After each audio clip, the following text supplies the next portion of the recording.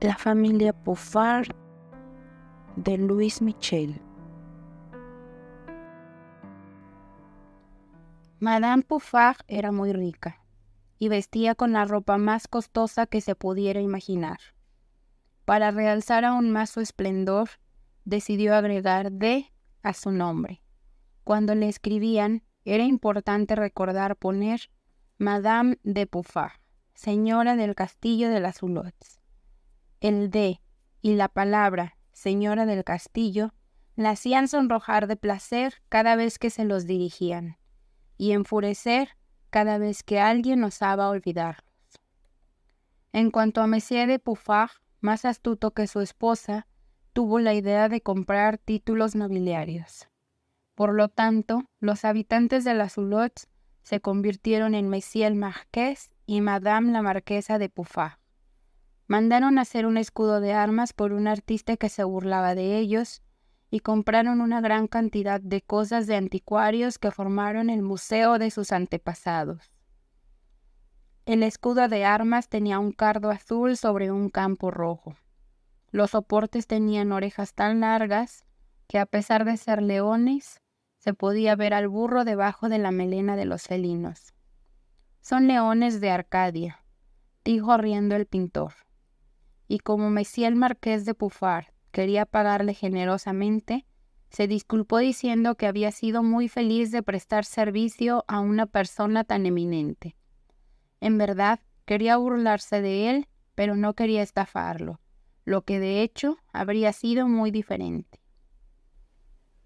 El complaciente pintor se ofreció además a pintar en todas partes el escudo de armas del señor Marqués, lo cual hizo minuciosamente desde encima de la puerta del castillo hasta la de la cabaña de conejos. El señor Marqués y la señora Marquesa estaban radiantes. En cuanto a las armaduras y otros objetos de sus antepasados, comprados a los anticuarios, eso era algo completamente diferente. Había de todo. Le habían vendido una larga espada como una antigua espada, que decía había pertenecido al más valiente de sus antepasados. Tenía viejos lienzos al óleo, pintados a finales del siglo XVI, que afirmaba eran retratos de sus tatarabuelas hechos en la época de las cruzadas. Sin embargo, en esa época, Jean de Brugué, quien inventó la pintura al óleo en el siglo XVI, aún no existía. Pero a nuestros personajes no les importaba mucho, siempre y cuando tuvieran antepasados. Mademoiselle Euphrosyne Puffard merece una atención especial. Era una gran tonta, vanidosa como un pavo real y estúpida como una gran oca. Creía que se volvía muy interesante en respirar constantemente perfumes o flores, y se cargaba con todas las joyas que poseía, de modo que a veces tenía 3 o 4 anillos en cada dedo. Se le habían visto hasta 2 pares de pendientes, y en cuanto a los collares, no era raro verla con tantos como su cuello podía soportar. El asno portador de reliquias del que habla La Fontaine no caminaba con más majestuosidad que Mademoiselle Euphrosyne de Puffard. Durante los 6 meses que la respetable familia vivió en el castillo de las Hulots, nadie en toda la región había sido considerado digno de formar parte de su sociedad. Los habitantes del pueblo tenían algunas relaciones con Jean, el mayordomo del señor, y con Madame Brindavoine, la doncella de la señora. Pero los sirvientes eran tan tontos como sus amos, y la curiosidad de los campesinos no había sido satisfecha más que con esto, que para gran sorpresa de Jean, el señor no había cambiado en absoluto en su persona el día en que se convirtió en marqués. Para Mademoiselle Sylvie, la doncella de Mademoiselle era demasiado refinada como para entablar conversaciones con personas comunes. El resto de la casa se ocupaba exclusivamente de comer, beber y dormir, lo que llaman llevar una vida de castillo. Lo único que faltaba para completar la casa de Puffard era una institutriz para Mademoiselle Euphrosyne. Se trajo de París a una joven huérfana que había pasado de manera bastante brillante sus exámenes durante el año. Rose André era inteligente, dedicada, orgullosa y firme. Por lo tanto, no le costó trabajo juzgar en manos de quienes había caído y mucho menos tomar partido. Como nunca retrocedía ante las dificultades cuando se trataba de hacer el bien, decidió sacar a Eufrosín de su estupidez y quizá reducirla de sus padres. Estaba decidida, en caso de fracaso, a regresar a París, donde sería más útil en la educación pública de lo que podría ser allí en la educación privada. El proyecto era arriesgado. Era necesario empezar de inmediato para no perder tiempo. Tenía que crear o aprovechar la oportunidad para desengañarlos y disgustarlos con alguna experiencia amarga de sus prejuicios. Era el método que se utilizaba con los niños pequeños. El agua moja, se les decía, el fuego quema, y se sumergía su pequeña mano en agua fría o se acercaba a la calidez. Se podría haber dicho a la familia Puffard, la vanidad expone a muchos ridículos. La oportunidad no tardó en presentarse. Rose André había recibido una encantadora carta de una de sus alumnas de París. A propósito, la dejó tirada. La niña no tenía ni 10 años. Contaba, con la ingenuidad de la juventud, pero también con una razón ya sólida, su vida de estudios y su alegría sincera. Madame de Puffard, muy curiosa, recogió la carta, la leyó y le preguntó a Rose cuándo creía que su hija podría escribir algo así. «No lo sé, madame», dijo Rose, «ya que me ha recomendado que solo la haga trabajar cuando ella lo desee». «¿Y qué edad tiene su alumna?» «Tiene 10 años, madame». «Sin duda», dijo Madame de Puffard, «es hija de la alta nobleza, ¿verdad?»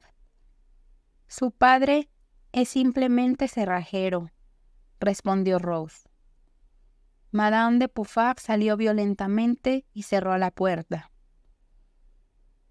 Cuando se calmó su primer enfado, llamó a Eufrosín y le dijo: «Mi querido tesoro, deberías trabajar un poco. Hay niñas de obreros que están más avanzadas que tú». Era la primera vez que le hablaba de trabajar. Eufrosín miró a su madre con asombro. «¿Trabajar?», dijo. «¿No tengo una maestra para aprender todas esas cosas?» Madame de Puffard, por tonta que fuera, entendió que con ese razonamiento su hija no haría grandes avances. Pero pensó que ya la había moralizado lo suficiente ese día, y pensaba vagamente que al atormentar a Rose André, éste inventaría alguna forma para que el conocimiento llegara de inmediato. Eufrosín merecía que hicieran eso por ella. Durante varios días, la marquesa de Puffard habló de los asombrosos descubrimientos que se habían hecho y se estaban haciendo.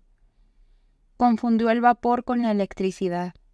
Atribuyó la invención de la imprenta a Cristóbal Colón y el descubrimiento de América a Gutenberg. Pero toda esta elocuencia fue en vano, ya que Ross dijo fríamente que todas esas cosas habían sido descubiertas precisamente debido a su probabilidad casi indiscutible, mientras que otras al principio se consideraban imposibles desde el sentido común. Madame de Puffard, insatisfecha, se sumergió en la lectura de una revista de moda que le gustaba mucho. Monsieur de Puffard retomó el estudio de sus propiedades, de las cuales había hecho realizar cuidadosamente los planos coloreados. Rose volvió a su trabajo de educación en el que estaba trabajando. Después de haber advertido a Mademoiselle Eufrosín que este trabajo quizás le entretendía y que con gusto le explicaría las primeras páginas cuando quisiera trabajar. Les decía a mis alumnas de París, continuó, de manera que Madame Puffard pudiera escuchar, que el estudio es obligatorio, al igual que la honestidad. Por lo tanto, gracias a su buena voluntad, aprendieron bastante rápido. Luego agregó con un tono más firme: Si hubiera sido de otra manera, no habría tenido que seguir ocupándome de ello. Eufrosín siguió ensartando cuentas de vidrio, y Madame Pouffard se enredó en las frases de la hoja de las gracias, lo que la llevó a leer. Se adornan los peinados con algunas gavillas locas en lugar de hierbas locas. Como resultado, la señora del castillo de Hulot mandó hacer para el próximo domingo 6 grandes gavillas artificiales con las que adornó su sombrero. Sin embargo, comenzó a preguntarse cuándo sería apropiado que Eufrosín trabajara y se impacientó mucho con Rose André. Ella, habiendo advertido que su alumna, que si en 8 días no estaba decidida a estudiar, sería su deber ir a encontrar a aquellas a quienes su ayuda sería más útil. Se dirigió a Madame de Pouffard y le dijo que esta decisión no era una amenaza para obligar a la niña a estudiar, sino una determinación irrevocable. Terminó aconsejando a Madame la Marquesa que contratara para Eufrosín una institutriz de edad avanzada, que necesitara descanso, porque todas las que aman la vida activa podrían acostumbrarse a una alumna cuya principal ocupación es enhebrar cuentas. Madame de Pouffard, sofocada por la sorpresa y la ira, respondió que iba a reflexionar y, como era su costumbre, salió cerrando la puerta con estruendo. Era su argumento más fuerte. El marqués de Pouffard, cuando se le preguntó, respondió que en todas las familias nobles la educación de las niñas correspondía a la madre, por lo que él no tenía que ocuparse de eso. Y para evitar las molestias de su esposa, tomó su escopeta y se fue a cazar en sus tierras. El marqués de Pouffard tenía bastante puntería. Le gustaba disparar al ave que volaba ansiosa de espacio para sus alas. Le importaban poco los gemidos del nido. Mucha gente no comprende, y tienen razón, que el plomo sirva para algo más que destruir animales dañinos. El marqués de Pouffard tenía otras cosas en mente. Empezaba a aburrirse de la soledad y planeaba fiestas y cacerías que lo hicieran famoso en toda la región durante mucho tiempo. De hecho, no deberíamos olvidarlo porque todavía nos reímos de ello. El marqués, por lo tanto, recopiló nueva información, y habiendo confirmado que él era el único con título en la región, decidió elegir lo mejor de la pesca y enviar invitaciones a la alta sociedad de París. Justo era otoño, la temporada de caza. Durante 8 días se explorarían sus bosques y todas las noches habría diversión en el castillo, donde la mesa sería servida con gran esplendor. Se le preguntó a Rose André sobre la fecha de la fiesta y le pareció que era una oportunidad favorable para que Eufrosín cambiara su comportamiento o la abandonara. Con estas cosas resueltas, se ocuparon de las invitaciones. En la región, las invitaciones fueron escasas y algunos de los invitados no pudieron venir debido a otros compromisos. Y también hubo algunos errores. Por ejemplo, en la invitación al médico, como no se especificaba si se trataba del padre o del hijo, y dado que este último acababa de obtener su título de doctor, fue él quien sucumbió a la curiosidad de visitar a los habitantes del castillo. Este joven trabajaba con gran empeño, pero también se reía mucho, lo que resultó ser una mala suerte para el marqués y su familia. Este joven se llamaba Paul Martin. Al darse cuenta de que la invitación probablemente estaba dirigida a su padre, tuvo la idea de agregar otros errores similares. Eso fue fácil. El hijo del juez de paz, el hermano del maestro de escuela y 2 o 3 jóvenes se convirtieron en sustitutos de sus padres. Mientras Paul Martin dirigía esta conspiración, las invitaciones desde París seguían su curso. Consultaron a Rose, pero en lo que respecta a las personas de la alta sociedad, solo pudo proporcionar algunos nombres. Sin embargo, cuando se trató de reunir una sociedad para Mademoiselle Frosine, la cosa fue muy diferente. Había muy pocas niñas con títulos entre las que conocía Rose. Madame de Pouffat, que era muy curiosa, hizo una excepción a favor de Céline, la niña de la carta, pero las compañeras de Eufrosine no sumaron más de 4 o 5 en total. Llegó el gran día. La familia Pouffat no había tenido en cuenta que los niños no viajan solos, por lo que no habían organizado las cosas en consecuencia. Por lo tanto, todas las niñas invitadas se quedaron en sus casas. Solo Céline, que había sido expresamente solicitada por Rose, fue traída por su madre y entregada a la institutriz. La madre de Céline había intuido que podía prestar un pequeño servicio y no quiso negarse. La marquesa de Pouffat se sintió un poco mortificada por la ausencia de las niñas y la partida de la madre de Céline, pero pensó que no había cometido más errores. Tuvo la suerte de que su propia compañía, las señoritas de la Truffardière y las señoras Picador de Bettenville, que nunca tenían nada que hacer, vinieron a ver qué era esa invitación que les llegaba desde el castillo de Hulot. Esa misma mañana se enteraron de que el médico tenía una hija de 11 años, Noémie Martin. Por lo tanto, Rose redactó en nombre de su alumna una encantadora cartita para explicarle que justo en ese momento habían sabido que la pequeña vecina vendría de vacaciones y la instaban a venir con la señora Martin. Dado que se invitaba a Paul y Noémie, quedaba aún más claro que el señor de Hulot estaba organizando algunas vacaciones tanto para un hijo o sobrino como para su hija. «Nos lo vamos a pasar muy bien y nos reiremos mucho», dijo el gran bromista Paul mientras tomaba de la mano a su hermana pequeña.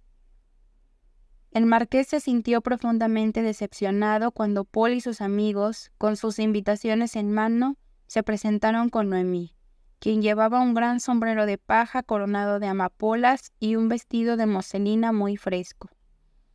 Madame Martin había sido ignorada, al igual que las otras damas de la región, considerados demasiados providenciales, y estas últimas eran un poco cómplices de sus hijos.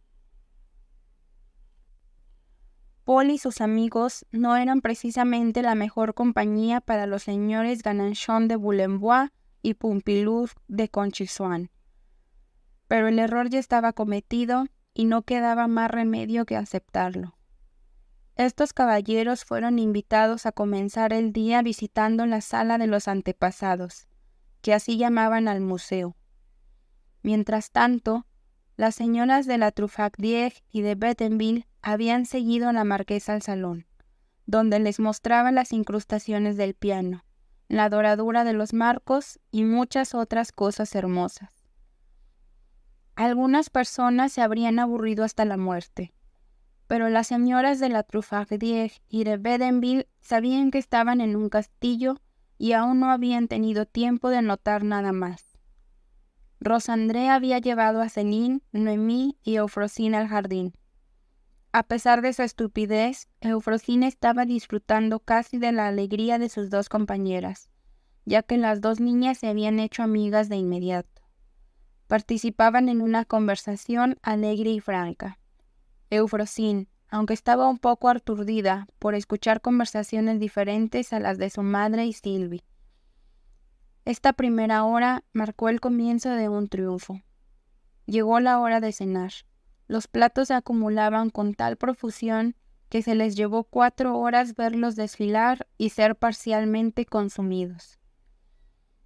Los jóvenes tuvieron un poco de lástima por los anfitriones y hablaron de manera que incluso ellos mismos creían ser amables. Los señores Gananchon de Boulembois y Pompilou de Gauchisuan comieron mucho. Las señoras de la Truffardière y de Bettenville coquetearon con la marquesa y jugaron con ramos de flores del campo mientras recitaban dulces versos sobre las flores y la belleza. Aunque incluso si hubieran sido bellas, su estupidez las habría desfigurado, y en comparación con las flores, es mejor parecer algo menos frágil y más inteligente. Las niñas, sentada cerca de Rose, hacían el menor ruido posible para no molestar a nadie. En cuanto a Eufrosine, no estaba preocupada por los demás y ocupaba su lugar de manera bastante holgada, aunque Rose la reprendía de vez en cuando. Uno de los comentarios más notables de Eufrosine, que hizo que sus padres se sonrojaran profundamente, según observó el señor Gananchat de Boulembois, fue el siguiente. «Oye, papá, pensé que ser princesa se compraba, como tú hiciste para convertirte en marqués, pero que costaba más caro», dijo Eufrosine en voz alta. Rose sintió que no había más remedio que dejar que las opiniones de sus padres sobre la educación cambiaran. Un incómodo silencio siguió a este comentario. Justo antes se había hablado de las cruzadas y el marqués había contado cómo su antepasado, Stanislas Le Pouffard, había recibido la Cruz de San Luis de manos de Carlomagno, un relato que había causado una gran sensación en todos. Ciertamente, había motivos para ello. Monsieur de Pouffard, satisfecho con el efecto que estaba causando, agregó que su tatarabuela, Émile de Payambal, había sido dama de honor de Isabel de Baviera y había merecido la confianza y el aprecio muy especiales de esta virtuosa princesa cuando fue regente de su hijo Luis IX. Esta inversión monstruosa de la historia hizo que los ojos de Céline y Noemí se abrieran mucho, mientras que unas terribles ganas de reír retorcían todas las bocas. La angustia del pobre marqués, después de la salida de su hija, reprimió la risa general. Se encontró una manera de cambiar de tema. Pero la señorita Eufrosine no estaba acostumbrada a que sus preguntas quedaran sin respuesta. No se desanimó y siguió gritando más fuerte. «¿Por qué no me respondes? Si se puede comprar, quiero que me hagas princesa para mi fiesta. Dime, papá, bien que me compraste los diamantes de mi abuela. Sabes que decías, debe parecer antiguo». El marqués y su esposa estaban volviéndose locos. Aún faltaban 8 días y este era el primero. Realmente se compadecieron de ellos y alguien encontró una manera de insinuar, para poner fin a las molestias de Eufrosine, que desde el jardín se podía ver a todos los campesinos del pueblo regresando de la feria, lo cual era muy curioso debido a la variedad de mercancías que traían consigo. Rose y las 2 niñas llevaron a Eufrosine. Ahí intentaron hacerle entender que sus padres debían tener alguna razón para no responderle, y que debía de dejarlos en paz, y que además era imposible comprarle un título de princesa. Pero ningún razonamiento tuvo efecto en ella. Así que tuvieron que cambiar el curso de sus ideas por sorpresa, haciéndola admirar la loca carrera del gran Matthew, quien al tratar de guiar a su cerdo con una cuerda atada a su pata, terminó siendo arrastrado él mismo. Afortunadamente para sus padres, Eufrosine se distrajo. Cuando las jóvenes regresaron al salón, las señoras de Bettenville, Pouffard y Truffardier estaban jugando juegos inocentes. Todos los caballeros estaban de casa. Los jóvenes comenzaban a pensar que todo sufrimiento, incluso de manera ridícula, ya no puede hacer reír. Paul y sus amigos no se estaban divirtiendo en absoluto, y prometieron encontrar pretextos muy educados para no volver al día siguiente. Uno debía ser llamado junto a un enfermo, el otro tenía que sufrir una enfermedad repentina, un tercero se vería obligado, a pesar de su pesar, a emprender un viaje. Debía ser diferente.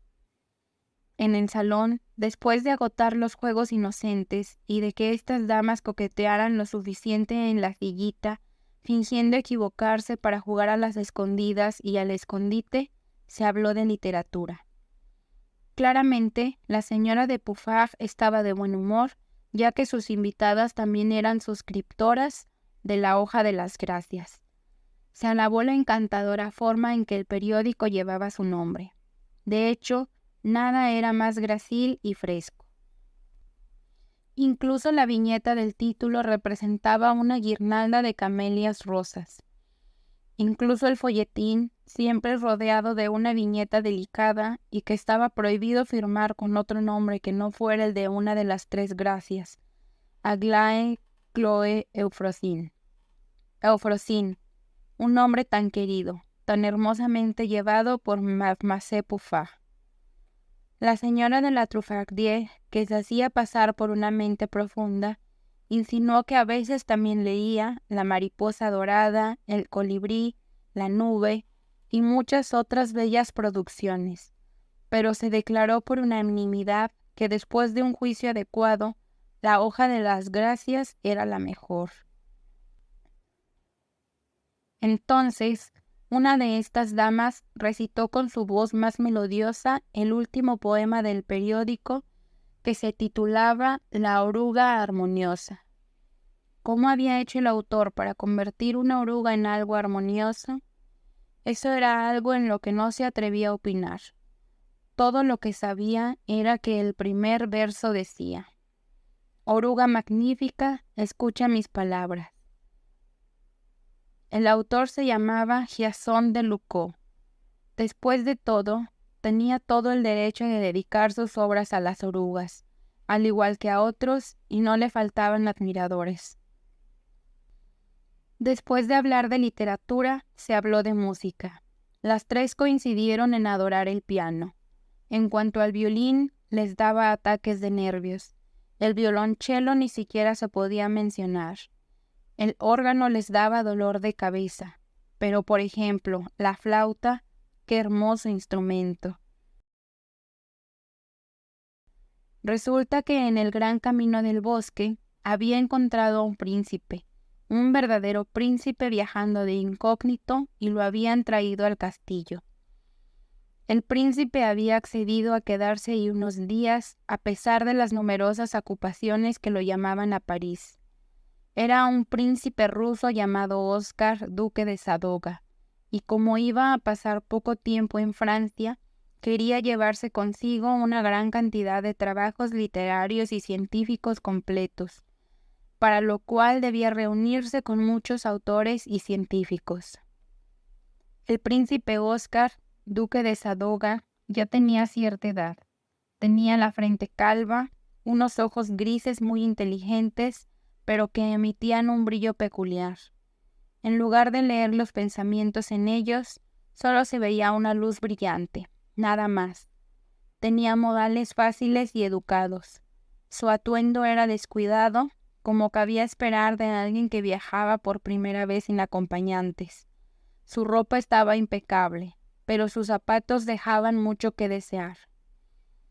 Esto preocupó al marqués, a quien le gustaban mucho los príncipes. Pero ¿cómo ofrecerle un par de botas a una persona tan importante? El marqués esperaba que le llegara una buena inspiración, y mientras tanto presentó a su huésped a Madame de Puffard, quien casi se desmayó. Paul y sus amigos se reían con todo su corazón esta vez. Ya no mencionaban enviar sus disculpas al día siguiente.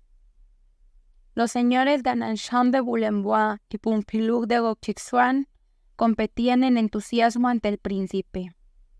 Las señoras de Bérenville y de la Truffardier esbozaban sus sonrisas más encantadoras.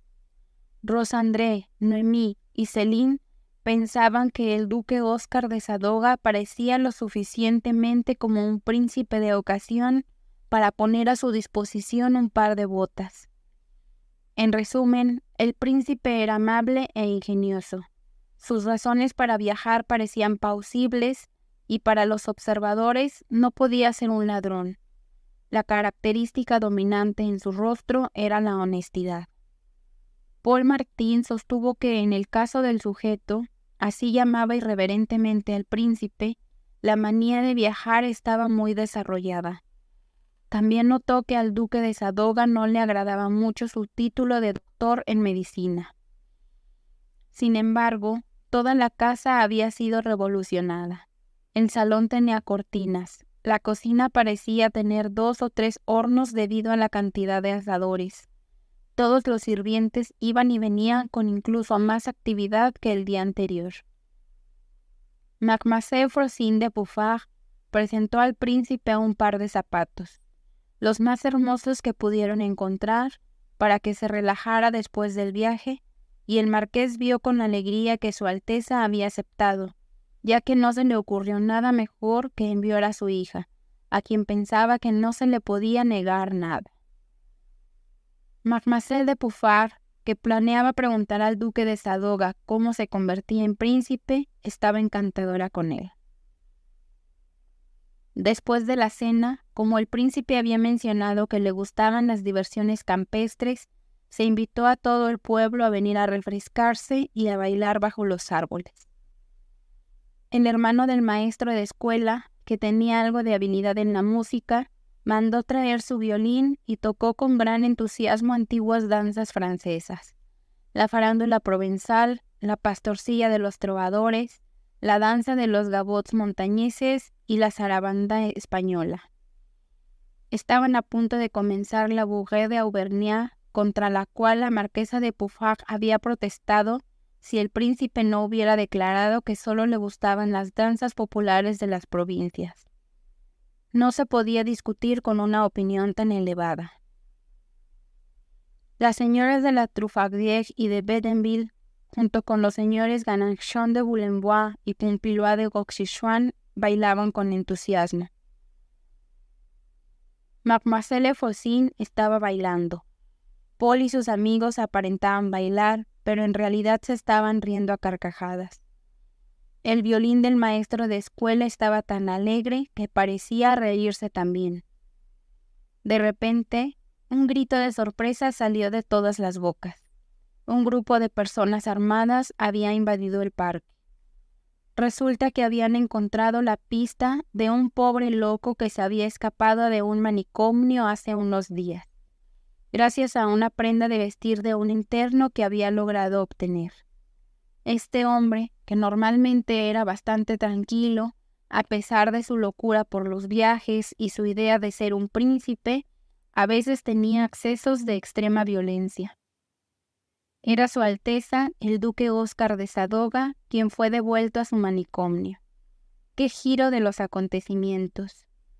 La señora de Pouffart enfermó repentinamente, por lo que la sociedad no necesitó excusas para dar por terminadas todas las festividades esa noche. Todos estaban descontentos, excepto los que se reían. La señora de Pouffart se recuperó, pero quedó con tristeza durante mucho tiempo. El marqués abandonó la casa y el museo de sus antepasados, y Rosa André tuvo que decirles, para consolarlos, que habían ganado más de lo que habían perdido con esta experiencia. Porque Mademoiselle Faucine, un poco avergonzada, bastante molesta, y siguiendo el ejemplo de Céline, a quien Rosa había conservado durante unos días, y de la pequeña Noemí, que venía a trabajar con ella, Mademoiselle Faucine, decimos, había comenzado a instruirse y estaba teniendo éxito, porque siempre se puede hacer el bien, y no hay oruga tan fea que no pueda convertirse en una hermosa mariposa.